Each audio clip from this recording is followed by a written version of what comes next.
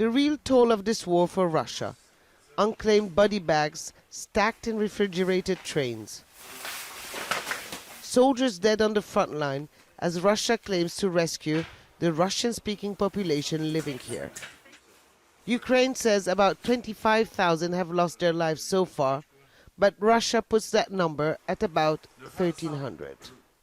We were given rare access to the bodies left behind as Russia retreated from the Kyiv region. He was an elite paratrooper. This jewelry was found on him, allegedly stolen from Ukrainian civilians. Ukraine treats the dead enemies better than how they treated civilians. They will be kept as long as need be. The government will decide because Russia refuses to take them. It doesn't want them. Each body is a proof of a war crime. So if they refuse to take them, Ukraine will bury them at our own cost. The war is in its third month, but so far Moscow has no clear victory to show for it, even in predominantly Russian-speaking Mariupol, where it did enjoy some popular support in the past. Now Yevgeny Sosnovsky says those voices are gone. He just came out of the port city 2 days ago. I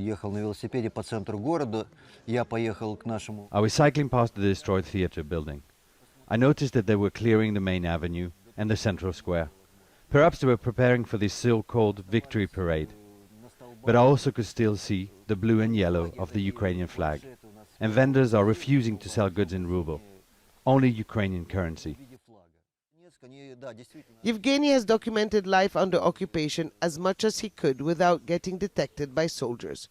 Hardly the image of a liberated people the Kremlin want to portray.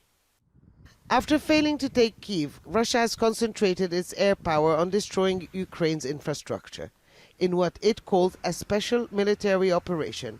But so far, more than 3,000 civilians have lost their lives, and the human cost for both sides is rising by the day. Olga is among the millions displaced by the conflict. She's also just made it to safety with her 2 young children and mother. Before their arrival, life was good. We had a beautiful city, parks, everyone had life plans.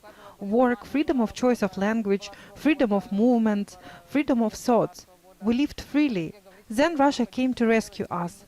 They liberated us from our houses, our jobs, some of their lives, some of their legs or arms. That's the liberation. Olga has now switched to the Ukrainian language with her children.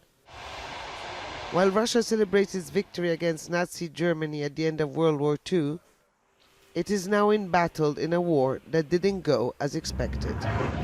Abdul Hamid, Al Jazeera, Kyiv.